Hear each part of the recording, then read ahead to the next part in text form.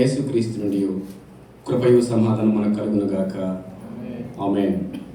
ప్రభునందు మిక్కిలి ప్రియులారా, మరొకసారి ఉదయకాల సమయంలో మీ మధ్య ఉండడానికి దేవుడు కృపను అనుగ్రహించాడు. మరి నన్ను ప్రేమించి మరి అవకాశం ఇచ్చినటువంటి దైవజనులు, మరి సంఘ కాపర్లు, రెవరెండ్ ఈదా స్టీఫెన్ గారికి, రెవరెండ్ విజయ్ భాస్కర్ గారికి తెలియజేస్తా ఉన్నాను. మరి కార్యవర్గములను చేరి వచ్చిన మీ అందరికీ కూడా ప్రత్యేకమైన వందనాలు తెలియజేస్తా ఉన్నాను. ప్రియులారా, మరొకసారి ఈ విధంగా మీ మధ్య ఉండడానికి దేవుడు కృపను అనుగ్రహించి ఉంటున్నాడు. అయితే ఈ యొక్క ఉదయకాల సమయంలో మీ మధ్య వాక్య పరిచర్య చేయడానికి దేవుడు సహాయం చేశాడు. మరి గత వారం కూడా వార్షికోత్సవంలో మీ మధ్య ఉండడానికి దేవుడు కృపనిచ్చాడు. మరి ప్రేమించి ఉదయకాల సమయంలో కూడా మీ మధ్యకు ఆహ్వానించినందుకు ప్రత్యేకమైన వందనాలు. రాష్ట్రాలు మీ సంఘం తరపున ప్రత్యేకమైనటువంటి వందనాలు మీకు తెలియజేస్తూ ఉన్నాం. మరి ఎప్పుడో ఒకసారి మీ మధ్యకు వచ్చినప్పుడు కూడా మీరు మాకు బహుగా సుపరిచితులు. ఎందుకంటే ప్రతి దినం కూడా మీ సంఘము నిమిత్తం, కాపర్ల నిమిత్తం, మీ పరిచయ నిమిత్తము యథార్థంగా చెప్పగలను, ప్రార్థిస్తూ ఉన్నాం. కాబట్టి ఆ విధంగా, ఎందుకంటే ఒకరి మీద ఒకరు మనం ఆనుకొని దేవునికి పరిచర్య చేయవలసిన వారంగా ఉన్నాం. అటువంటి భారంతో చేస్తూ మరి ఇంతవరకు రావడానికి దేవుడు కృపనిచ్చాడు. మీరు మా సంఘము నిమిత్తం, మా పరిచయ నిమిత్తం కూడా ప్రార్థించండి. మరి గతంలో పిల్లల రాష్ట్రాల మీ సంఘానికి ఎంతో శోధన వచ్చినప్పుడు అగ్రిమెంట్ విషయంలో మరి మీ మధ్య ఉన్నటువంటి దైవదాసులు మరి కేవి సుధాకర్ గారి యొక్క సహాయము, ఆ కంపెనీలో పనిచేయటం మరి అద్భుతంగా మరి మాకు అగ్రిమెంట్ వచ్చింది. ఆ విషయంలో మీరందరూ కాపర్లు కూడా తెలియజేశాం, విశ్వాసులకు చెప్పమని మీరందరూ ప్రార్థించారు. కాబట్టి ఆ విధంగా దేవుడు మాకు సహాయం చేసి అగ్రిమెంట్ విషయంలో కూడా దేవుడు కృపనిచ్చాడు. మరి సహాయం చేసేటువంటి సుధాకర్ గారు కూడా ఉన్నారు. కాబట్టి ప్రార్థించిన మీ అందరూ కూడా మరొకసారి కాపర్లకు మీ అందరికీ నా హృదయపూర్వక వందనాలు తెలియజేస్తూ ఉన్నాను. ఒక విషయాన్ని మీతో పంచుకోవాలని అనుకుంటున్నాను. మన మధ్యకి దేవదూతలు వస్తారండి, మాట్లాడాలి. మీరు వస్తారా? వెరీ గుడ్, దేవునికి స్తోత్రం. ఒక విషయాన్ని గమనించండి. భారతదేశంలో మందిరాలు ఎన్నున్నా పిల్లర్స్ లేకుండా కడతారు. అంటే మధ్యలో అడ్డం లేకుండా, పిల్లర్స్ ఉంటాయి కానీ అడ్డు లేకుండా కడతారు. ఎందుకనంటే విశ్వాసులు సేవకునికి కనపడాలి. విశ్వాసులు సేవకునికి కనపడాలి. మీరు ఇప్పుడు వేదంతో వస్తారు, ఏదో కష్టంతో వస్తారు, అలా కూర్చొని అలా వెళ్ళిపోతావు. కానీ నేను పరామర్శించి నీతో మాట్లాడే అవకాశం సేవకులకి ఇవ్వాలి. ఆ మరుగును కూర్చున్నావు అనుకో, నీవు అదే దృష్టితో ఉంటావు తప్ప నీ మనసును కేటాయించి నీ హృదయాన్ని పెట్టి ఇక్కడ ఉండడానికి అవకాశం ఉండదు. అది గుర్తించండి. ఈ దేశంలో మనకు మరి తప్పని పరిస్థితులు ఇలా ఉంటున్నాయి. కాబట్టి ఏదైనా ఫంక్షన్ జరిగితే తప్ప చాటుకెళ్ళి కూర్చోవాలి, కానీ ఏమీ జరగనప్పుడు వచ్చి ఎదర కూర్చోవటం అది ఆశీర్వాదకరం. ఎందుకనంటే మన ఆరాధన ఇది కదా, మన సంఘ ఆరాధన. మన సంఘ ఆరాధనలో మనం ఆ విధంగా ఎదరకు వచ్చి కూర్చొని కార్యాలు చూడటం, దేవుని వాక్యాన్ని వినటం, అది మనకు ఆశీర్వాదకరం. అందుకే చూడండి, సొలొమోను మహారాజు ఒక జ్ఞానాన్ని చూడడానికి షేబాదేశపు రాణి వచ్చింది కదండి. వచ్చినప్పుడు ఆమె అక్కడంట వారు కూర్చునుట, వారు లేచుట, వారు పరిచర్య చేయుట, వాళ్ళు నిలుచునుట, ఇవన్నీ చూసినప్పుడు అంటుంది, నేను అక్కడ విన్నదానికన్నా దేవునికి స్తోత్రం, మీకు చాలా తెలుసు. కాబట్టి మరి ఎందుకని అలా మధ్యలో వదిలేసి ఎక్కడో అక్కడ కూర్చున్నారు? నేను ఒక ఆమె చూస్తున్నాను, ఇక్కడ ఇన్ని ఖాళీ ఉన్నాయి, వెనకపోక అక్కడ కూర్చేసుకుని కూర్చుంటుంది వచ్చి. కాబట్టి ప్రియులారా, ఎవరైనా మన మధ్యకు వచ్చినప్పుడు మన నుంచి ఒక మాదిరికరాన్ని మనం చూపించాలి. మాకు మీకన్నా చిన్న సంఘం, ఆదివారం బహు తక్కువ మంది ఉంటారు. అయితే ఈ కొయ్యి వారిని పాటలు అయిపోయిన తర్వాత నేనేమంటానంటే వెళ్ళి ఎదురు కూర్చోండి. ఎందుకంటే సేవకునికి మీ ముఖాలు కనపడాలి. తర్వాత దేవదూతలు వస్తారనే విషయం మీరు చెప్పారు, కానీ దేవదూతలకి వెనక అవకాశం ఇద్దాం. వాళ్ళు మనతో కూడా దేవుని ఆరాధించడానికి ఎదరొచ్చి మనం కూర్చుందాం. దేవునికి స్తోత్రం. ఇటువంటి క్రమాన్ని ఎప్పుడైతే మనం పాటిస్తాం ప్రియులారా, దేవుడు మహిమపరచబడతాడు, దేవుడు ఘనపరచబడతాడు. అలా కూర్చున్నారు అనుకోండి, పక్కన వాళ్ళు అనుకుంటారు వీళ్ళకి వాళ్ళకి పడదేమో అనుకుంటారు. కదా, మనకి ఏం గొడవలు లేవు, విభేదాలు లేవు కదా. కాబట్టి ఒకరినొకరు ప్రేమించి సహవాసంతో, ఇప్పుడు ఒక సహోదరు ఒక సాక్ష్యం చెప్పింది, నేను దేవుని సన్నిధికి వచ్చి దేవుని యొక్క సన్నిధిని అనుభవించాను, ఎంతో సంతోషించాను. అవును, దేవుని యొక్క సన్నిధికి మనం రావడానికి, ఆయన్ని ఘనపరచడానికి, ఆయన సన్నిధికి ఆయన మహింపరచడానికి రావాలి. అయితే ఆ వచ్చినప్పుడు కూడా ఆ ఐక్యతతో కలిసి ఎప్పుడైతే మనం అది చేస్తామో దేవుడు మహింపరచబడతాడు. దేవునికి మహిమ కలుగును గాక. ఇంకా మీకు అర్థం కానట్టుంది నా మాటలు. దేవునికి స్తోత్రం. సర్వకృపానిధివైన తండ్రి, మీకు స్తోత్రములు ప్రభా. శాశ్వతమైన ప్రేమతో మమ్మల్ని ప్రేమించుచు విడవక ఎడబాయక కృప చూపుతున్న తండ్రి, మీకు స్తోత్రాలు. మరొకసారి మీ కృపా సింహాసనం వైపును మీ పాదాల దగ్గరకు వచ్చుచున్నాం తండ్రి. ప్రేమించి మాకు అనుగ్రహించిన ఈ ధన్యతను బట్టి మీకు స్తోత్రములు, ఈ సమయాన్ని బట్టి నీకు స్తోత్రములు. మరొకసారి ప్రభా, ఈ ఉదయకాల సమయంలో నీ ప్రియబిడ్డల మధ్యలో ఉండడానికి ఇచ్చిన కృపను బట్టి నీకు స్తోత్రములు.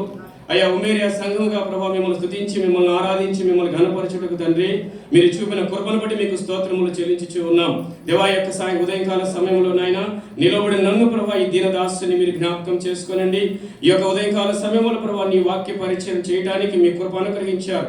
చదవబడిన వాక్య భాగాన్ని బట్టి నీకు స్తోత్రములు. నాతో మాట్లాడిన ప్రభా చేరి వచ్చిన వారందరితో మీరు మాట్లాడండి. మా అందరికీ వినగల చెవును, గ్రహించగల హృదయాన్ని మీరు దయచేయండి. నిలబడి నన్ను ప్రభా మీ సిలువ చాటును మరుగుపరచండి. మీ ప్రియకుమారుడు యేసుక్రీస్తు రక్తాన్ని ప్రోక్షించి నాయన పుటము వేయబడి ప్రభా మీ సన్నిధిలో నీ వాక్యాన్ని నీ పక్షంగా విడుదల చేయమని ప్రార్థన చేస్తున్నాం. కేవలం నీ నోటి బోర్లను వాడుకోమని ప్రార్థన చేస్తూ ఉన్నాం. ఏదైతే మాకు అవసరమో మీకు తెలుసు నాయన, అదే వర్తమానాన్ని సిద్ధపడికించిన కృపను బట్టి నీకు స్తోత్రాలు. మరోసారి మీ వాక్కుగా అడ్డు వస్తున్నటువంటి ప్రతి అంధకార చీకటి శక్తులను యేసు నామములో లయపరుస్తున్నాను. ధారాళముగా మీ వాక్యాన్ని విడుదల చేసి మా అందరితో మాట్లాడి ఈ ఉదయకాల సమయంలో మమ్మల్ని బలపరిచిన ఆయన నీ మహిమ కొరకు మమ్మల్ని వాడుకోనమని యేసు పరిశుద్ధ నామములో ప్రార్థిస్తున్నాను తండ్రి. ఆమేన్. హల్లెలూయా, హల్లెలూయా. దేవునికి సమస్త ఘనత మహిమ ప్రభావం కలుగును గాక. ప్రియులారా, ఈ యొక్క ఉదయకాల సమయంలో యాకోబు రాసినటువంటి పత్రికను ఏమంటారంటే, దైవజనులు అనేక మంది మనకు ఒక సామెతలు ఉన్నాయి పాత నిబంధనలో. అయితే నూతన నిబంధనలో సామెతలు అని అంటారు యాకోబు రాసిన పత్రికని. పాత నిబంధనలో సామెతలు సొలొమోను మహారాజు రాశాడు. అయితే నూతన నిబంధనలో యాకోబు భక్తుడు యొక్క యాకోబు పత్రిక ద్వారా సామెతలను, అంటే చాలా ప్రాముఖ్యమైనటువంటి విలువైనటువంటి మాటల్ని ఇక్కడ ఆయన రాశాడు. కాబట్టి ఏ విధంగా సామెతలు చదివినప్పుడు మన దినదిన మన జీవితంలో ఏదైతే సంభవిస్తున్నాయో అవి బహు దగ్గరగా మనకి సామెతల్లో కనపడతాయి. కాబట్టి అదేవిధంగా యాకోబు పత్రికను కూడా మనం మనసు పెట్టి చదివితే మనకు బహు స్పష్టంగా చాలా దగ్గరగా మన హృదయాన్ని తాకేటువంటి మాటలు యాకోబు రాసిన పత్రికలో పరిశుద్ధాత్మ దేవుడు మన కొరకు రాయించాడు. దేవునికి స్తోత్రం. అయితే ప్రియులారా, ఇక్కడ మనం గమనించినప్పుడు యాకోబు రాసిన పత్రిక 1వ అధ్యాయము అక్కడ 19వ వచనం అంటాడు, నా ప్రియ సహోదరులారా. మనం ఎవరమంట? నా ప్రియమైనటువంటి సహోదరులారా. మనకెవరు ఇక్కడ శత్రువులు లే. మనందరం ఎవరు అంట? ప్రియమైనటువంటి సహోదరులం. దేవునికి మహిమ కలుగును గాక. నూతన నిబంధనలో మనకు ఏమనేటువంటి ఒక మంచి మాట ఇది, నా ప్రియ సహోదరులారా. అయితే తర్వాత అన్నాడు కదా, కనుక ప్రతి మనుషుడు వినుటకు వేగిరపడువాడును, మాట్లాడుటకు నిదానించువాడునై ఉండాలి. దేవునికి స్తోత్రం. హల్లెలూయా. చాలా సార్లు ప్రియులారా, చాలా మంది మాట్లాడడానికి అవకాశం ఇవ్వరు. చాలా మంది సమస్యను తీసుకొస్తారు, కష్టాన్ని తీసుకొస్తారు. అది చెప్పిన తర్వాత దానికి పరిష్కారాన్ని వివరిస్తున్నప్పుడు మళ్ళీ మాట్లాడతారు. అసలు అర్థం కాదు ఏం చెప్పాలో వాళ్ళకి. అప్పుడు నేను అంటాను, అమ్మా నన్ను మాట్లాడిస్తావా? తప్పదు ఇంకా, అమ్మా నన్ను మాట్లాడిస్తావా అని అంటే అప్పుడు ఆమెకు అర్థమైపోద్ది, ఆయనకు అర్థమవుతుంది, అయ్యగారు మీరు ఇప్పుడు మాట్లాడండి. పిల్లలు క్రైస్తవులు ఎంత తక్కువ మాట్లాడితే అంత మంచిది. ఎందుకు తెలుసా? విస్తారమైన మాటల్లో దోషం ఉండక తప్పదు. హల్లెలూయా. విస్తారమైనటువంటి మాటల్లో దోషం ఉండక తప్పదు. జాగ్రత్త, గంటల తరబడి మాట్లాడుతున్నారేమో వాట్సాప్లో ఫ్రీగా వేసి. జాగ్రత్త, నువ్వు మాట్లాడే ప్రతి మాటకు దేవునికి లెక్కప్ప చెప్పాలి. ఏం చేయాలి? నువ్వు మాట్లాడే ప్రతి మాటకి దేవునికి లెక్కప్ప చెప్పాలి. మాట్లాడి మర్చిపోతావు, కానీ అంతా రికార్డ్ అవుతుంది అక్కడ. హల్లెలూయా.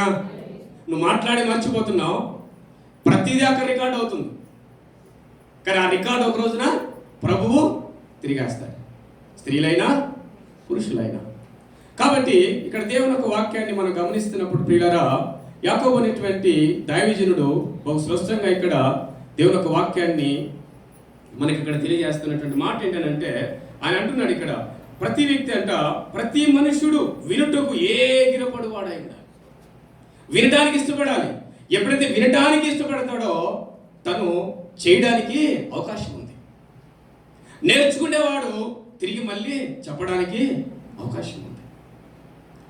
కానీ వినడానికి ఇష్టపడిన వాడు చేయడానికి అవకాశం లేదు.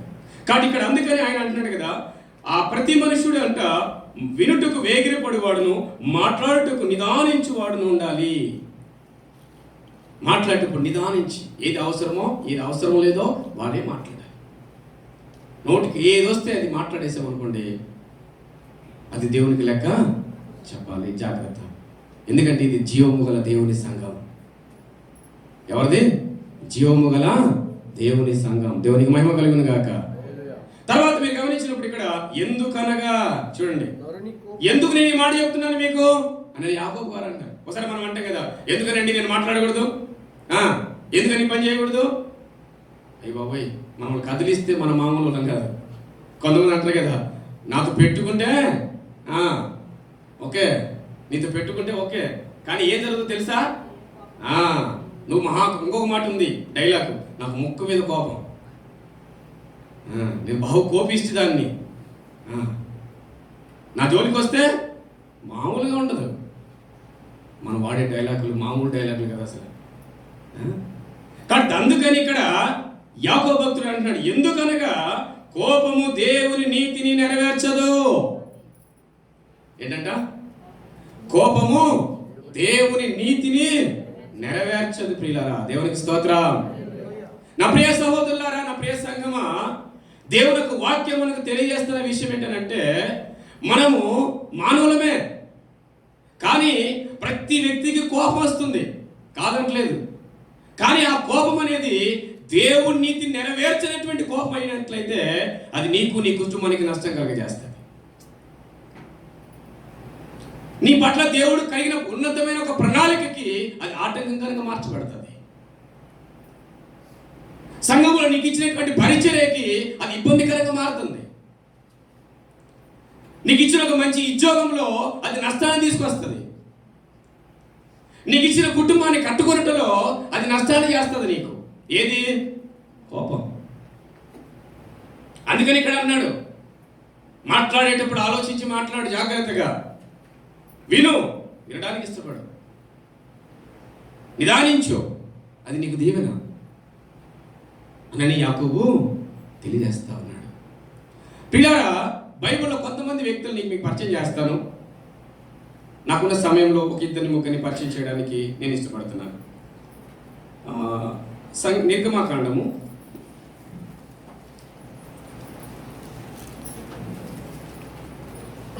17వ అధ్యాయము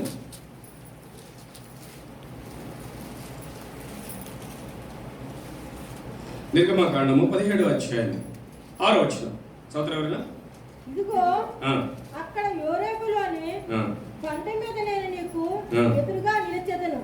నీవు ఆ బండను కొట్టగా ప్రజలు త్రాగుటకు దానిలో నుండి నీళ్లు బయలుదేరని మోషేతో సెలవీయగా మోషే ఇశ్రాయేలు పెద్దలను కన్నులు ఎదుట అట్లు చేసెను. దేవునికి స్తోత్రం. హల్లెలూయా.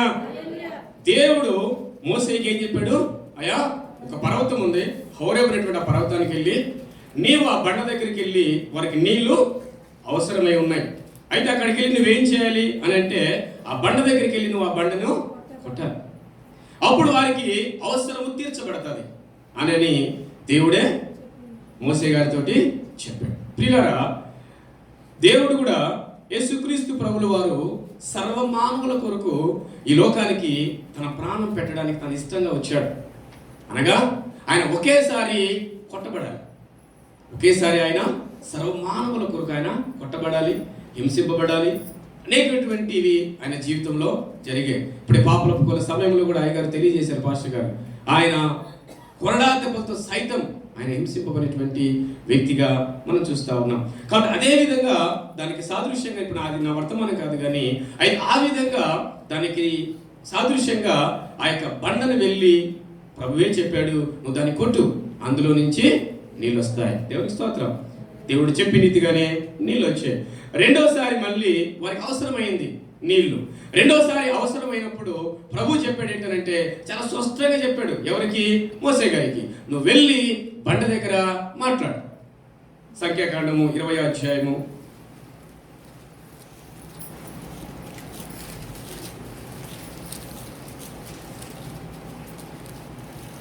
సంఖ్యాకాండము 20వ అధ్యాయము 10వ వచనం. తరువాత మోషే అహరోనులను ఆ బండ ఎదుట సమాజం పోగు చేసినప్పుడు అతడు వారితో, ద్రోహులారా వినుడి, మేము ఈ బండలో నుండి మీ కొరకు నీళ్లు రప్పింపవల్లని అనెను. అప్పుడు ఆ బండను కొట్టగా నీళ్లు సమృద్ధిగా ప్రవహించెను. సమాజము ఆ పశువులను త్రాగాను. అప్పుడు యెహోవా మోషే అహరోనులతో, మీరు ఇశ్రాయేలు కన్నుల ఎదుట నా పరిశుద్ధతను సన్మానించినట్లు నన్ను నమ్మకపోతిరి గనుక ఈ సమాజం నేను వారికి ఇచ్చిన దేశంలోనికి మీరు తోడుకుపోరని చెప్పాను. చాలు, దేవునికి స్తోత్రం. హల్లెలూయా. ప్రియులారా, మోసే అనేటువంటి ఒక గొప్ప దైవజనుడు కదా, నా ఇల్లంతటిలో నమ్మకమైన వాడు. దేవునికి స్తోత్రం. అయితే అటువంటి దైవజనుడే ఏం చేశాడు ఇక్కడ అని అంటే, మొదటిసారి చెప్పినప్పుడు నిర్గమాకాండం 17:6 అంటున్నాడు, నువ్వు హోరేబు ఆ పర్వతానికి వెళ్ళి అక్కడికి వెళ్ళి నీవు అక్కడ ఏం చేయాలి? ఆ బండను కొట్టాలి. అప్పుడు నీళ్ళు అందులో నుంచి వస్తాయి, నీళ్ళు వచ్చాయి. రెండోసారి దేవుడు ఏం చెప్పాడు? ఇక్కడ 10వ వచనంలో మనం చూస్తున్నప్పుడు ఆయన చాలా స్పష్టంగా చెప్పాడు. అన్నాడు అక్కడ అన్నాడు, ఆ బండ ఎదుట సమాజం పోగు చేసినప్పుడు అక్కడ అంట దేవుడు చెప్పింది ఏంటంటే, వారితో మాట్లాడమని చెప్పాడు. పైన మీరు చదివితే ప్రభు వారితో ఏం చెప్పంటే, బండ దగ్గరికి వెళ్ళి మాట్లాడమంటే అక్కడికి వెళ్ళి మోసే అహరోనులు ఏం చేశారనంటే, ఆ ప్రజలు అన్నాడు, ద్రోహులారా. ఏంటంట? ద్రోహులారా అనేటువంటి మాట అక్కడ వాడాడు. అయితే ఇక్కడ మనం గమనించవలసిన విషయం ఏంటంటే, మన మోసే ఎవరు? ఆయన ఒక మానవుడే కదా. ఏమండి? మోసే కూడా ఒక మానవుడే కదా. ఆయన కూడా ఒక నరహత్య చేశాడు కదా. తెలుసా తెలియదు? ఆయన కూడా ఒక నరహత్య చేశాడు. ఆయన కూడా దేవుని సేవకు పిలిచినప్పుడు నేను రానంటే రానన్నాడు, నేను చేయనంటే చేయను అన్నాడు. నిర్గమకాండం 4వ అధ్యాయం నుంచి మీరు చూస్తే నేను చేయనంటే చేయను అన్నాడు. కానీ దేవుడు బలవంతంగా తీసుకెళ్ళి దేవుడు ఆయన ద్వారా సేవని జరిగించాడు. దేవునికి స్తోత్రం. అయితే అటువంటి వ్యక్తి ఇక్కడికి వచ్చిన తర్వాత అన్నాడు, నేను మంచోన్ని మీరు ద్రోహులారా అనేటువంటి మాట ఆ ప్రజల దగ్గర వాడాడు.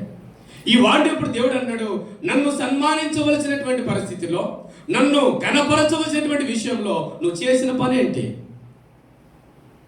నమ్మట అర్థమవుతున్నాయా? సర్వసాధారణంగా ఏదైనా జరిగినప్పుడు ఆ విషయంలో కోపపడకూడదు. కానీ కోపపడి వెళ్ళిపోతున్నప్పుడు మనం దేవుని మహిమపరచలేము. మనం క్రైస్తవులం, మనం సహించుకొని వెళ్ళాలి, మనం ఓర్చుకొని వెళ్ళాలి, సహనాన్ని ఇతరులకు చూపించాలి. అందుకే ఫిలిప్పీ రాజపత్రిలో పౌలు అంటాడు, మీ సహనమును సకల జనులకు తెలియజేయనివ్వడి. హల్లెలూయా.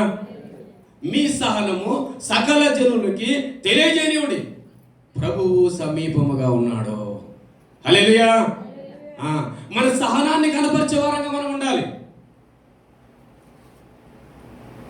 సహనాన్ని కనపరచకుండా షార్ట్ టెంపర్ కనపరచమనుకోండి, నష్టాన్ని చూస్తాం. కానీ ఇక్కడ ఏం చేసాడు ఈయన? సహనాన్ని చూపించలేదు. వెళ్ళి మాట్లాడాయా అంటే వెళ్ళి దాని దగ్గరికి దాన్ని కొట్టి అన్నాడు, ద్రోహులారా. ఎప్పుడైతే ఆ మాట వాడాడో దేవుడు అన్నాడు, నన్ను సన్మానించవలసిన పరిస్థితుల్లో ఇశ్రాయేలు ప్రజల మధ్య మీరు ఆ కార్యాన్ని చేయలేకపోయారు కాబట్టి మీరు ఎక్కడికైతే నేను తీసుకువెళ్ళాలనుకున్నానో ఆ యొక్క కానాను పాలు తేలు ప్రవహించే దేశానికి మీరు వెళ్ళరు అన్నాడు. దేవునికి స్తోత్రం. చాలాసార్లు మనం అంటాం కదా, దేవుడు కృపామయుడు, దయామయుడు, ప్రేమామయుడు. ఆయన అంతే న్యాయవంతుడు. హల్లెలూయా. ఆయన ఎంత ప్రేమామయుడో, ఎంత దయామయుడో, ఆయన అంతే న్యాయవంతుడు. ఆయన న్యాయంలో ఎటువంటి మార్పు ఉండదు. అది అందుకే యాకోబు అంటాడు, ప్రతి వాకిట న్యాయాధిపతి ఉన్నాడు. హల్లెలూయా. కాబట్టి అందుకని ఇక్కడ వారితో చెబుతున్న విషయం ఏంటంటే, అయ్యా మీరు నన్ను సన్మానించవలసినటువంటి సమయంలో, నేను గణపరచబడవలసిన సమయంలో మీరు చేసిన పని ఏంటి అని వారు అంటున్నాడు. మీరు నేను తీసుకువెళ్ళవాలని అనుకున్నాను కానీ మీరు అక్కడికి రావట్లేదు. నా ప్రియ సహోదరి, నా ప్రియ సహోదరుడా, ప్రియ సంగమా, దేవుడు ప్రతి ఒక్కరి పట్ల ఒక ఉన్నతమైన సంకల్పాన్ని కలిగి ఉన్నాడు. ఒక ఉన్నతమైన ఉద్దేశాన్ని దేవుడు కలిగి ఉన్నాడు. అది నెరవేర్చబడాలి అని అంటే, అది మన జీవితాల్లో 100% నెరవేర్చబడాలి అని అంటే మనం పూర్తిగా దేవునికి అప్పచెప్పుకొనవలసిన వారంగా ఉన్నాం. హల్లెలూయా. పూర్తిగా మనం ఆయనకి అప్పచెప్పుకొనవలసిన వారంగా ఉన్నాం. సరెండర్ అవ్వాలంతే, సరెండర్ అయిపోవాలి. ఎక్కడ కూడా మనం కోపపడడానికి కానీ అసహించుకోవడానికి కానీ లేదు. మనం ఓర్చుకొని సహించుకొని వెళ్ళవలసిన వారంగా ఉన్నాం. దేవా నా పట్ల నీ ఉన్నతమైన ఆలోచన, నీ ప్రణాళిక నెరవేర్చు అని ఆయనకు అప్పచెప్పుకోవలసిన వారంగా ఉన్నాం. కానీ పాపం అంత ప్రయాసపడి ఐగుప్తు దేశంలో 10 అద్భుతాలు చేసి ఏమండి అరణ్యంలో నడిపించుకుంటూ ఎంతో కష్టపడి తీసుకొచ్చినటువంటి ఈ వ్యక్తులు ఈ ఒక్క మాట ద్వారా దేవుడు అన్నాడు, మీరు వెళ్ళరు. గమనించారా మీరు? దేవుని యొక్క వాక్యాన్ని పిల్లరా ఏదో పైకి కాదు కానీ లోతుగా మనం ఆలోచన చేస్తే నిజంగా ఈ విషయం చాలా బాధాకరమైన విషయం, చాలా బాధాకరమైన విషయం. అంతవరకు తీసుకొచ్చి అక్కడికి వచ్చిన తర్వాత అన్నాడు, మీరు ఇది దాటి పైకి ఆ పక్కకు వెళ్ళలేరు. అయ్యా నేను చూడాలనుకుంటున్నాను, అయ్యా నేను వెళ్ళాలనుకుంటున్నాను అక్కడికి, దయచేసి నన్ను తీసుకువెళ్ళు అని మోషే గారు ప్రార్థన చేస్తూ ఉన్నారు. ఎందుకంటే ఆయనకు చూడాలని ఆశ, ఎందుకంటే దానికోసమే ఆయన అంత దూరం వారిని తీసుకొచ్చాడు. అయితే అక్కడ తీసుకొచ్చినటువంటి తర్వాత ఆయన అంటున్నాడు, ఇంకా నీవు నా దగ్గర ఈ విషయమై ప్రార్థన చేయొద్దు. ఎవరు? ద్వితీయోపదేశకాండం 3:25 చూడండి ఒకసారి.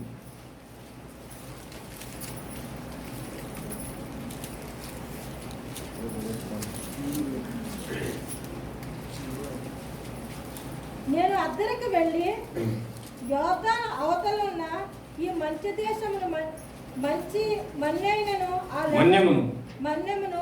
ఆ లెబానోను చూచినట్లు దయచేయమని నేను యెహోవాను బ్రతిమలాడుకొనగా యెహోవా మిమ్మును బట్టి నా మీద కోపపడిన నా మనవి వినకపోయాను. మరియు యెహోవా నాతో ఇట్లనెను, చాలును, ఇక నీ సంగతి గూర్చి నాతో మాట్లాడవద్దు. చాలు. ఏమన్నాడమ్మా? అయ్యా నేను వెళ్ళి చూస్తానయ్యా అని అంటే ఇక్కడ అన్నాడు, ఈ విషయం నా దగ్గర నువ్వు ఇంకా మాట్లాడద్దు. అంటే కోపం ఎంత నష్టానికి కలిగేస్తుందో మనకు అర్థమవుతుందా? చాలాసార్లు ప్రతి చిన్నదానికి మనం కోపడిపోతాం, ప్రతి చిన్నదానికి బాధ పెట్టేసుకుంటాం, ప్రతి చిన్నదానికి అసూయపడతాం. ఇది నీ కుటుంబానికి, నీ సేవకి ఇది దీవెనకరం కాదు. దేవుడు నీ పట్ల, నీ కుటుంబం పట్ల ఒక ఉన్నతమైన ఆలోచన కలిగి ఉన్నాడు. అది నెరవేర్చబడాలి అని అంటే నువ్వు దేవునికి సరెండర్ అవ్వాలి. ఏం చేయాలి? దేవునికి సరెండర్ అవ్వాలి, అంతే. ఒక మాట చెప్పి నేను ముందుకు వెళ్తాను. పిల్లరా, నేను తెలుగు క్రైస్తవ సంఘంలో గత 20 సంవత్సరాలుగా పరిచయం చేస్తున్నాను. అయితే దైవజనులు అయ్యగారికి, స్టీఫెన్ అయ్యగారికి తెలుసు, నేను గతంలో వీడియోగ్రాఫర్గా పనిచేసేవాడిని ప్రతి ఫంక్షన్కి గెస్ట్ స్పీకర్లు వచ్చినప్పుడు. అయితే అక్కడ అంత కష్టపడి పరిచయం చేస్తుంటే, కుర్చీ ఎక్కి మళ్ళీ చేస్తుంటే వెనక పక్క నుంచి ఒక ఆయన ఇచ్చి ఇలా అని నువ్వు వెనక తీయట్లేదు అంటాడు. అన్నకు తెలుసు, చూసేవాడు ఆయన. ఇంకొక ఆయన వచ్చి అక్కడ ఈ పక్క తీయట్లేదు నువ్వు అంటాడు. అంటే అప్పుడు ఏం చేయాలి చెప్పండి? కోపం రాదా? అసలు ఎందుకు ఈ పని అనుకోరా? ఉదయం నుంచి డ్యూటీ చేసుకొని కష్టపడి అంటే 5 గంటల వరకు డ్యూటీ చేసి 7 గంటల మీటింగ్, ఆ 7 గంటల మీటింగ్ మళ్ళీ కెమెరా స్టాండ్ అని భుజాన్ని వేసుకొని పరిగెత్తుకుంటూ మళ్ళీ మేము చర్చికి వెళ్ళాలి. అక్కడికి వెళ్ళి మళ్ళీ కుర్చీ మీద నిలబడాలి. ఇంకా మీటింగ్ అయిపోయినంత వరకు బాధ ఉంటుందా ఉండదా? అయినా సరే ఏ రోజు కోపగించి బాధ పెట్టుకొని మానేలేదు పిల్లరా. దేవుడు అటువంటి కృపనిచ్చి ఈరోజు ఒక సంఘానికి కాపరిగా ఉండడానికి దేవుడు కృపనిచ్చాడు. హల్లెలూయా. కాబట్టి ఈ విధంగా మన సేవలో ఉన్నప్పుడు కూడా కొన్నివి జరుగుతూ ఉంటాయి. కానీ దేనికి మనం కోపం పెట్టుకోవడానికి కానీ బాధ పెట్టుకోవడానికి కానీ వెళ్ళలేదు. అయితే మనం చేయవలసిందల్లా ఒకటే, మనకు అప్పచెప్పినటువంటి పని మన కుటుంబాన్ని ఇవన్నీ కూడా మర్చిపోతూ ఎప్పటికప్పుడు మనం ముందుకు వెళ్ళిపోయే వారంగా ఉండాలి. ఎప్పుడైతే ఆ కోపాన్ని మనం పెట్టుకుంటామో, ఆ మనస్తత్వాన్ని కలిగి ఉంటామో, అది మనకు నష్టాన్ని కలిగజేస్తుంది. యాక్చువల్గా మోసే అహరోను దేవుడు అనుకున్నాడు ఆ స్థలానికి తీసుకువెళ్ళాలి, వారు ఆ పక్కకు నడిపించాలి, కానీ దాన్ని వారి చేతులారా పోగొట్టుకున్నారు. ఈరోజు నీ పట్ల, నీ కుటుంబం పట్ల దేవుడు ప్రణాళిక నీకు అర్థం కాదు, కానీ మనం ఆయనకు అప్పచెప్పుకున్నప్పుడు దేవుడు గొప్ప కార్యాలని చేస్తాడు. తప్పనిసరిగా దేవుడు సహాయం చేస్తాడు.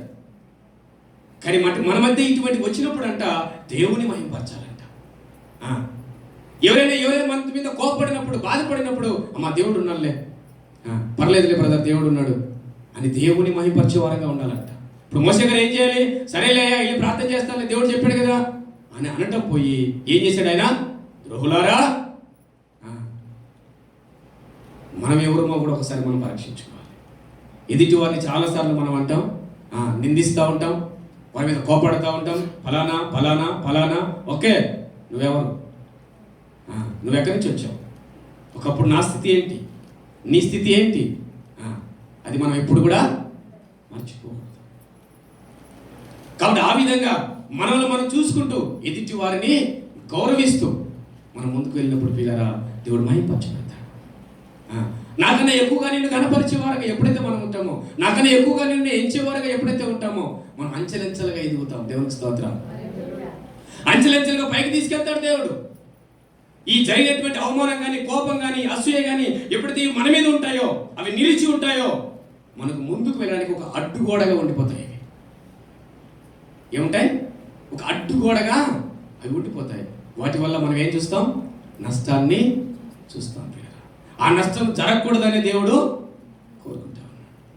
ఏమైనా జరిగినప్పుడు మనం అనాలి, అయ్యా ఆ రోజు అలా జరిగి ఉండకూడదు, సారీ. ఈ పదాన్ని నేర్చుకోండి.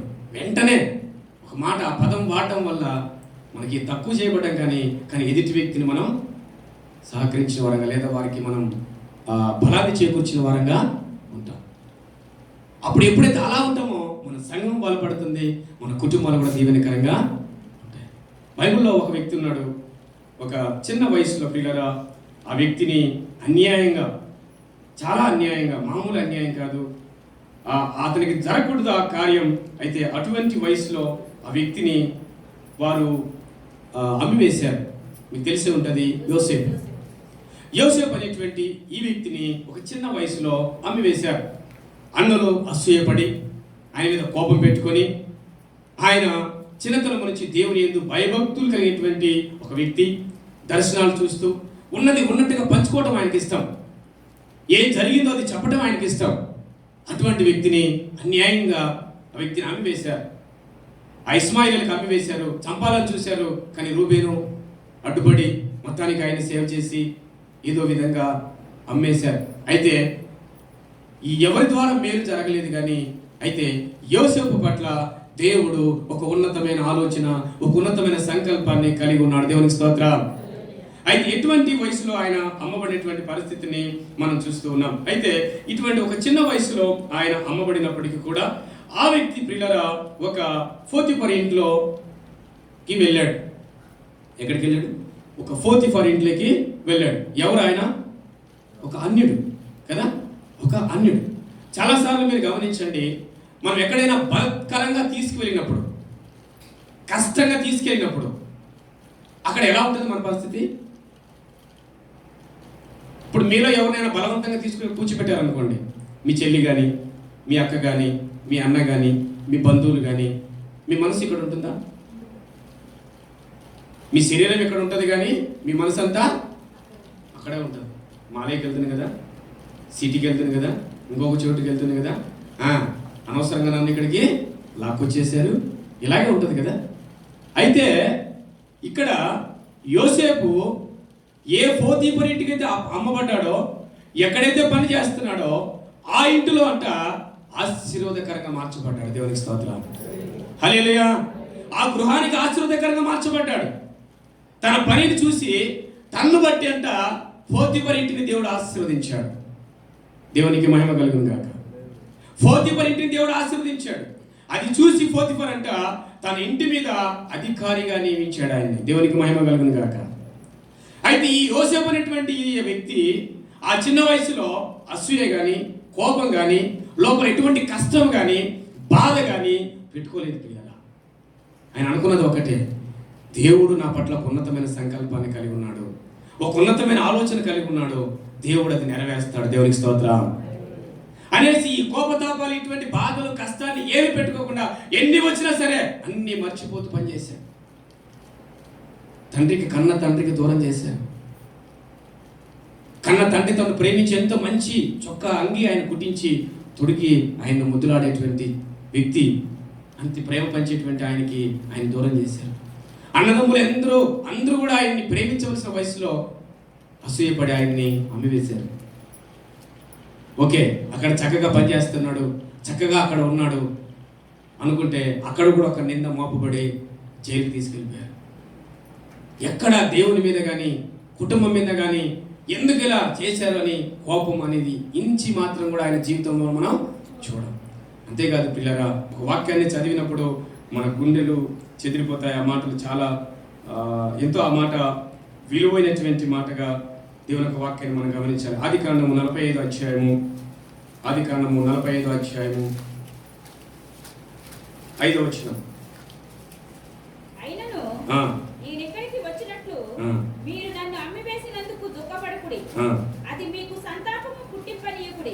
ప్రాణరక్షణ కొరకు దేవుడు మీకు ముందుగా నన్ను పంపించాను. హల్లెలూయా, హల్లెలూయా. ఎవరి మాట మాట్లాడుతున్నారో తెలుసామా? యోసేపు ఈ దైవజనుడు అక్కడికి వచ్చిన తర్వాత ఆ స్థలంలో ఉంటూ ఫరో ఇంట్లో ఒక బాధ్యత వహించి అక్కడ పనిచేస్తున్నప్పుడు అక్కడ భయంకరమైన కరువు వచ్చింది. ఈ కరువులో ఏదైతే ఆయన దర్శనం చూశాడో ఆ విధంగా అన్నలు, తండ్రి అందరూ కూడా ఆయన దగ్గరికి రావాల్సి వచ్చింది, సాగిల పడవలసి వచ్చింది. అయితే ఆ సమయంలో ఆయన ఎవరో వారికి తెలియజేసినప్పుడు వారు బాధపడతా ఉంటే, వారు దుఃఖపడతా ఉంటే, ఈయన యోసేపు మాట్లాడుతున్న మాట ఏంటంటే, మీ ప్రాణరక్షణ కొరకై, మీ క్షేమము కొరకై దేవుడు నన్ను ముందుగా ఇక్కడ పెట్టాడు అన్నాడు. హల్లెలూయా. అంటే ఆయన ఎక్కడ కూడా మనసులో కోపము లేదు ఆయనకి. అంటే తన ప్రజల క్షేమం కొరకే నన్ను ఇక్కడికి తెచ్చాడని ఆ వ్యక్తి మాట్లాడుతూ ఉన్నాడు. చాలాసార్లు మనం చూడండి, ఒక్కొక్కసారి మనం అప్పుడప్పుడు కొంతమందికి ఏదైనా డబ్బులు సహాయం చేస్తూ ఉంటాం. నీ బ్రతుకు నేను ఇక్కడికి రాకపోతే నీకు పంపించేది ఎవరు అంటావా అన్నమాట. మనమైతే చాలా మాట్లాడతాం. కానీ యోసేపు ఆ స్థానంలో ఉండి కూడా వారి అన్నల మీద కానీ, తండ్రి మీద కానీ అమ్మివేశారు కదండి, అన్యాయంగా అమ్మివేశారు. మరి ఎంత కోపం ఉంటుంది మామూలుగా అయితే? ఉంటుందా? మరి అమ్మివేసినటువంటి ఆ స్థితిని మర్చిపోయి ఈరోజు ఆయన ఉన్నతమైన స్థానంలో ఉంటూ ఒక విధంగా యాకోబు వారికి తండ్రి అయితే యోసేపు తండ్రి స్థానాన్ని తీసుకున్నాడు. దేవునికి స్తోత్రం. తీసుకోవడమే కాదు కానీ ఆ రోజు ఆ 7 సంవత్సరాల్లో కేవలం వారి కుటుంబానికే కాకుండా అక్కడున్నటువంటి ఐగుప్తు దేశ ప్రజలకి అనేక మందికి ఒక తండ్రిగా మారాడు యోసేపు. హల్లెలూయా. అనేక మందికి దీవెనకరంగా మార్చబడ్డాడు ఆయన. ఆ కరువులో, ఆ భయంకరమైన పరిస్థితుల్లో అనేక మందికి ఆహారం పెట్టేవాడిగా మార్చబడ్డాడు. దేవునికి మహిమ కలుగును కాక. కానీ కోపం వస్తుంది. కోపం ఎలా ఉండాలంటే నిమిషం మాత్రంగా ఉండాలి. ఆ కోపమే మన హృదయంలో అలా పెట్టుకొని ఉన్నట్లయితే, దాన్ని పెంచి పెద్ద చేసినట్లయితే అది నష్టాన్ని కలుగజేస్తుంది. అది ఏమాత్రం క్షేమాన్ని మనకు ఇవ్వదు. ఆ చిన్నతనంలో అమ్మివేసిన యోసేపు ఆ పగ, ఆ కోపము అలా రగులుతున్నట్లయితే ఆయన ఆ దేశానికి ప్రధానమంత్రిగా అయి ఉండేవాడు కాడు. ఒక ఉన్నతమైన స్థితిని ఆయన అభ్యసించేవాడు కాదు. ఇవన్నీ మర్చిపోయి దేవుడిచ్చినటువంటి గురిని, ఆ పని నా పట్ల దేవుడు ఆలోచన కలిగి ఉన్నాడు. మనం చేయమంటే ఇవన్నీ ఉన్నాయా ఆయనకి అని అంటే ఒక మాట చదివి నేను ముందుకెళ్తాను.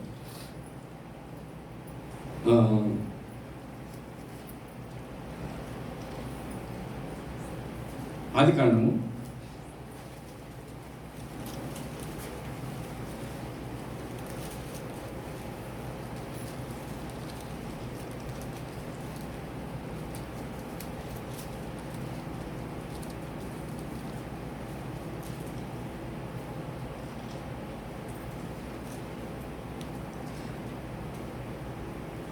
'కాబట్టి పిల్లరా, ఆ విధంగా యోసేపు తన జీవితంలో ఏదైతే శ్రమని కష్టాన్ని ఆయన అనుభవించాడో ఆ కష్ట బాధల్లో కూడా ఆయన కేవలం దేవుని మహింపరుచుకుంటూ తనకు వచ్చిన ప్రతి కష్టంలో కూడా ఎప్పుడు కూడా దేవుని ఆయన విడిచిపెట్టలేదు. ఎందుకంటే కారణం పిల్లరా, ఆయనకు తెలుసు ఆయన పట్ల దేవుడు ఒక ఉన్నతమైన ఆలోచన, ఒక ఉన్నతమైన సంకల్పాన్ని కలిగి ఉన్నాడనే ఆలోచన ఆయనకుంది. కాబట్టి ఆయన ఇప్పుడు కూడా దేవుని పక్కన పెట్టలేదు. ప్రతి విషయంలో కూడా ఆయన కేవలం దేవుని మాత్రమే మహింపరుచుకుంటూ ఏది సంభవించినప్పటికీ తన జీవితంలో ఎవరు తనకు దూరం అయినప్పటికీ కూడా ఎప్పుడు కూడా ఆయన దేవుని విడిచిపెట్టలేదు. ఆ కోపతాపాలకి గురైపోయి ఆ పరిస్థితిని ఎప్పుడు కూడా ఆయన కనపరచకుండా దేవునికి బహు దగ్గరగా జీవించినటువంటి ఒక గొప్ప వ్యక్తిగా పరిశుద్ధ గ్రంథంలో మనం చూస్తూ ఉంటాం. కాబట్టి పిల్లరా, చాలామంది మనం చూసాం కదా, కోపం అనేది దేవుని నీతిని నెరవేర్చదు. ఇంకొక విషయాన్ని మనం గమనించినప్పుడు మనల్ని దేవునికి దూరం చేయడానికి కానీ లేదా కుటుంబంలో కొన్ని విభేదాలు కలగజేయడానికి కానీ కొంతమందిని సాతాను వాడుకుంటాడు. అది మనం గుర్తించాలి. చాలా మంచివారే, కానీ వారి మీద ఎందుకో ఒకసారి మన మీద వారు కోపపడతారు. కానీ అప్పుడు మనం అర్థం చేసుకోవాల్సింది ఏంటో తెలుసా, వీళ్ళల్లో ఎవడో పనిచేస్తున్నాడు. దయచేసి ప్రభా వారిని జ్ఞాపకం చేసుకో అని మనం ప్రార్థించాలి. మీరు గమనించినట్లయితే యేసు ప్రభులు వారు ఆయన సేవలో ఉన్నప్పుడు పేతురు గారు ఆయనతో మాట్లాడతారు. చూడండి, మత్తయి సువార్త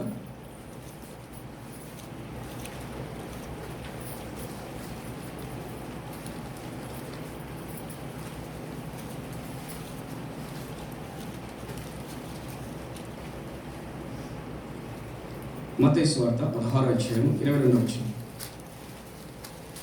పేతురు ఆయన చెయ్యి పట్టుకుని, ప్రభువా అది మీకు దూరమగును గాక, అది నీకెన్నడూ కలుగదని ఆయనను గద్దింపసాగాను.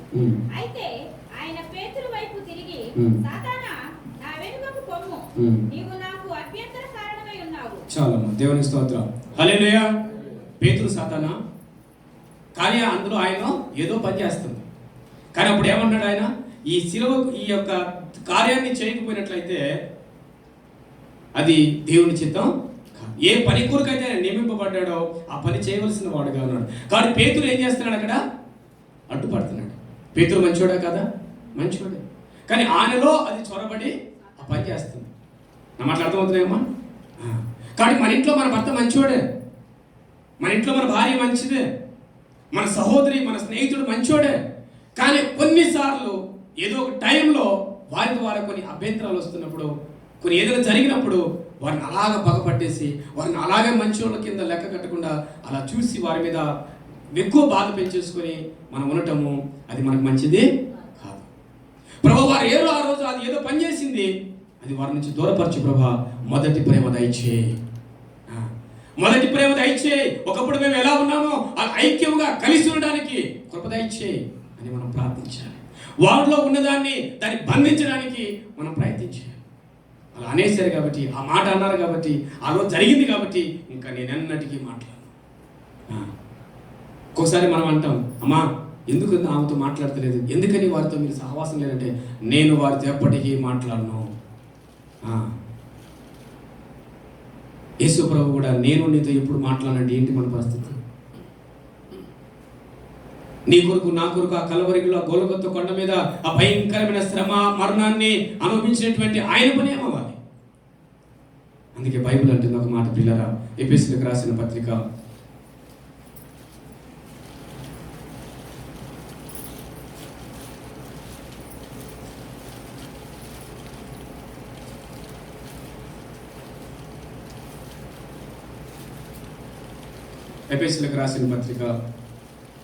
4:26.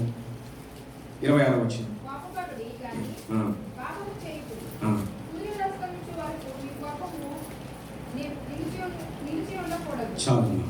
చూడండి, పౌలు గారు ఇక్కడ మాట్లాడుతున్నారు, కోపపడకుడి కానీ పాపము చేయకుడి కదా. కోపము దేవుని నీతి నెరవేర్చదని యాకోబు తెలివిస్తున్నాడు. ఆ కోపపడటం వల్ల ఎంత మంచి దైవజనులైనప్పటికీ అన్నదమ్ముడు ఇద్దరిని కూడా దేవుడు నేను అక్కడికి తీసుకువెళ్ళను అన్నాడు. మళ్ళీ ప్రభా దయచేసి క్షమించాయా అంటే, ఇంకెప్పుడు దీని విషయం నా దగ్గర ప్రార్థన చేయొద్దన్నాడు. ఎందుకంటే నువ్వు నన్ను సన్మానించలేదు. ఒకవేళ దేవుడు ఈమె ఎలా ఓర్చుకుంటుందా, సహించుకుంటుందా అని ఒక్కసారి తీసుకొచ్చినప్పుడు కూడా ఆ సమయంలో మనం సహించుకొని ఓర్చుకోకపోతే అది దేవుని మహిమపరచినట్లుగా కాదు. అందుకే బైబిల్ అంటాడు, దేవుడు నా మహిమ నేను ఎవరికి ఇచ్చేవాడును కాదు. ఆయనకు చెందవలసిన మహిమ ఆయనకు చెందవలసిందే. కాబట్టి ఒక విషయాన్ని గమనించండి పిల్లరా, కోపం అనేది 2 రకాల కోపం. ఒకటి దైవజనులు కానీ, మన మీద పై అధికారులు కానీ, పెద్దవారు కానీ, తల్లిదండ్రులు కానీ. ఒక కోపం ఏంటంటే మనల్ని గద్దించి సరిచేయడానికి మాత్రమే. ఇది ఎప్పుడు గుర్తుపెట్టుకోండి. సేవకులైనా, మన మీద పెద్దలైనా మనల్ని గద్దించి మనం సరిచేయడానికి, అది అప్పటికి మాత్రమే కోపం. అర్థం చేసుకున్నా? నన్ను ఇలా అన్నాడు కాబట్టి నా మీద ఆయనకి ఏదో కోపం ఉండిపోయింది. ఇప్పుడు సపోజ్ ఇప్పుడు ఒక ఆమె తిరిగింది అనుకోండి, అమ్మ అలా తిరగకూడదు, వెళ్ళి కూర్చో అని అంటే ఆ మీద కోపంతో పక్కతో కాదు, అది అప్పటికి మాత్రమే. అమ్మా ఇలా అక్కడ కూర్చో, అది పద్ధతి. దేవుని ఆరాధన జరుగుతున్నప్పుడు అటు ఇటు తిరగకూడదు. ఒక సహోదరుడు తిరుగుతున్నాడు, ఏదో పని మీద బయటకు వెళ్తున్నాడు, వస్తున్నాడు, అప్పుడు పాస్టర్ గారు ఇక్కడి నుంచి అంటారు, అయ్యా అలా తిరగకు, వెళ్ళి అక్కడ కూర్చో అని అంటే అది అప్పటికి మాత్రమే. అదేదో పగ ఉన్నట్టు, ఆయనకు ఈయనకు సరిపోనట్టు కానీ కాదు, అది మనసులో పెట్టుకోకూడదు. అది ఒక కోపం, అది గద్దించి మనం సరిచేయడానికి మాత్రమే. 2, కోపం వస్తుంది కానీ అది సూర్యుడు అస్తమించే వరకు మన మీద నిలిచి. ఎందుకనంటే ఆ కోపం మన మీద నిలిచి ఉంటే అంట, ఇక్కడ దేవుడు అన్నాడు, మీరు సాతానికి చోటిస్తున్నారు. కింద చదవండి.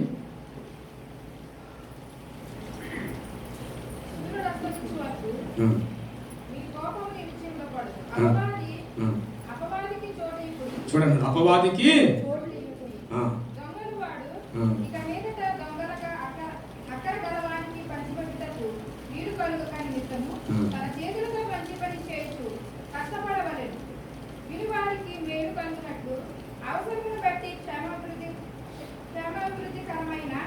అనుకూల వచనమే పలుకుడి, కానీ దుర్భాషమే అయినది మీ నోటి రానియకుడి. దేవుని పరిశుద్ధాత్మను దుఃఖపరచుకుడి, విమోచన దినము వరకు ఆయన యందు మీరు ముద్రింపబడి ఉన్నారు. దేవునికి స్తోత్రం. ఇంకా కిందికి వస్తే ఇవన్నీ ఉన్నాయి. సమస్తమైన ద్వేషము, కోపము, క్రోధము, అల్లరి, దూషణ, సకలమైన దుష్టత్వమును మీరు విసర్జించి ఒకని ఎడల ఒకడు దయగలిగి కరుణా హృదయులై క్రీస్తునందు దేవుడు మిమ్మల్ని కరుణించిన ప్రకారము ఒకరి కొరకు ఒకరు క్షమించుకొనుడి. దేవునికి స్తోత్రం. హల్లెలూయా. దేవుడే మనల్ని క్షమించాడంట. ఇవన్నీ కూడా మీరు విసర్జించిన వారై, ఒక మాట ఉంది అక్కడ, కరుణా హృదయులై, క్షమించే గుణం, కరుణ హృదయులై మీరు అలా ఉండండి అని ప్రభు వాక్యంలో మనం చూస్తూ ఉన్నాం. కాబట్టి మన కోపం మన మీద నిలిచి ఉన్నట్లయితే అన్నాడు, మీరు అపవాదికి చోటిస్తున్నారు.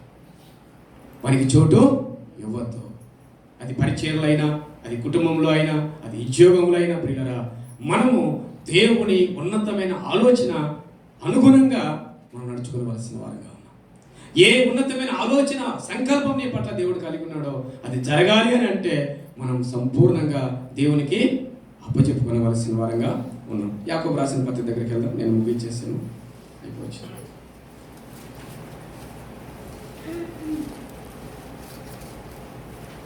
21వ వచనం. అందుచేత సమస్త కలుషమును విర్రవీగుచున్న దుష్టత్వమును మాని లోపల నాటబడి మీ ఆత్మను రక్షించుటకు శక్తి గల వాక్యమును సాత్వికముతో అంగీకరించుడి. హల్లెలూయా. సాత్వికం, దీన మనసుతో దేవుని యొక్క వాక్యాన్ని అంగీకరించండి. అది అంగీకరించినట్లయితే మీ హృదయాల్లో వాక్యము పనిచేస్తుంది. ప్రభా నన్ను సరి చేయడానికి మాత్రమే నాతో మాట్లాడుతూ ఉన్నావు. నేను చెప్పాను కదా ఇంతవరకు, ఒక కోపం నిమిషం మాత్రమే, అది నేను సరి చేయడానికి. సాత్వికంతో అది స్వీకరిస్తే అది నీకు దీవెనకరంగా ఉంటుందని దేవుని యొక్క వాక్యంలో మనం చూస్తూ ఉన్నాం. 22, మీరు వినువారు మాత్రమే ఉండి మిమ్మల్ని మీరు మోసపుచ్చుకొనకుండా వాక్య ప్రకారము ప్రవర్తించిన వారై ఉండుడి. దేవునికి స్తోత్రం. అంటే క్రియ, మన జీవితంలో క్రియ, వాక్యం అనే క్రియ జరగాలి. చాలా మంది చూడండి, అమ్మా ఈరోజు వాక్యం ఎలా జరిగింది చర్చ అంటే, బాబాయ్ చాలా బాగా జరిగింది, చాలా గట్టిగా వాక్యం చెప్పారు, చాలా బాగా వచ్చింది. ఏం బాగా వచ్చిందో తెలియదు కానీ అమ్మ దేని గురించి మాట్లాడారంటే ఏదో చెప్పారు ఆయన, ఏదో చెప్పారు ఆయన. కరుణ కదా, యవనస్తుడు దేవుడు వాడుకుంటాడు, బాగా చెప్పాడు. ఏం చెప్పాడు? ఏం మన మనసు పెట్టి ఇంతే కదా మనకు తెలిసేది, అవునా కదా? కాబట్టి అంటున్నాడు ఇక్కడ, దేవుని యొక్క వాక్యాన్ని అంట మనం ఎలా ఉండాలంటే ఇనువారమే కాకుండా పిల్లరా దాని ప్రవర్తించు వారమై ఉండాలని దేవుని యొక్క వాక్యంలో మనం చూస్తున్నాం. 23 ఎవడైనా వాక్యమును ఇనువాడైంది దాని ప్రకారం ప్రవర్తించిన వాడైతే వాడు అద్దంలో తన సహజ ముఖమును చూచుకొని మనిషిని అద్దం మన ఎదుటి ఉంది కదా, తయారైనప్పుడు చూసుకుంటాం ఎలా ఉన్నాము, ఓకే, మళ్ళీ పక్కకి వెళ్తే ఎలా ఉన్నామో మనకు తెలియదు, మళ్ళీ అద్దం దగ్గరికి వెళ్తే కదా. అలా కాకుండా పిల్లరా దేవుని యొక్క వాక్యం అంట మన హృదయంలో అది పనిచేయాలి. కొన్ని వాక్యాలు మన హృదయంలో ముద్రింపబడాలి అంతే. దేవునికి స్తోత్రం. అవి మన జీవితాల్లో కార్యం చేయాలి. దేవుని యొక్క వాక్యము రెండంచెల గల వాడిగల ఖడ్గం, అది ఖడ్గమే, కానీ దానికి అవకాశం ఇస్తే మన శరీరంలో అది పనిచేస్తుంది, మన అవయవాల్లో పనిచేస్తుంది. ఏదైనా నీకు వ్యతిరేకంగా, ఏదైనా నీకు ఆటంకరంగా వచ్చినప్పుడు అమ్మా ఇది సరైంది కాదు, సహోదరుడా ఇది సరైంది కాదు అని అది నీకు బోధిస్తుంది. ఆ వాక్యము నీకు దీవెనకరంగా చేయబడుతుంది. కాబట్టి మధ్యకాల సమయంలో పిల్లరా ప్రభు మనతో మాట్లాడుతూ ఉన్నాడు. దీన మనసుతో సాత్వికముతో వాక్యాన్ని అంగీకరిద్దాం, సరిచేయబడదాం, మన సంఘానికి మన కుటుంబానికి మనం ఆశీర్వాదకరంగా మార్చబడదాం. తల వంచుకొని చిన్న ప్రార్థన చేసుకుని మనం ముగించుకుందాం. సర్వకృపానిధివైన తండ్రి మీకు స్తోత్రాలు ప్రభా. మరొకసారి మీ కృపా సింహాసనం వైపు మీ పాదాల దగ్గరకు వస్తూ ఉన్నాం. ఇదిగో ఇక మధ్యకాల సమయంలో మీరు మాతో మాట్లాడేందుకు మీకు స్తోత్రములు అయ్యా. కోపము నాయన ఉన్నటువంటి స్థితిని బట్టి మీరు మాట్లాడుతున్నారు. కోపము దేవునీతి నెరవేర్చదని మీరు ఉన్నాం ప్రభా. కాబట్టి ఆ రీతిగా కాకుండా ప్రభా దీన మనసుతో సాత్వికంతో నాయన మీ వాక్యాన్ని అంగీకరించిన వారమే మన లోటుపాట్లు సరి చేసుకునేటువంటి కృప ఈ మధ్య కాలంలో మా అందరికీ అనుగ్రహించి అయ్యా మమ్మల్ని మీ బలమైన సాధనలుగా నిలబెట్టి నీ ఉన్నతమైన సంకల్పాన్ని, నీ ఉన్నతమైన ఆలోచన మా పట్ల, మా కుటుంబాల పట్ల, మా పరిచర్లను నెరవేర్చి దేవా మీ నామానికి మహిమ తెచ్చుకోమని యేసు నామమున అడిగి వేడుకొని ప్రార్థిస్తున్నాం తండ్రి. ఆమేన్. దేవుడు మళ్ళీ దీవించును గాక.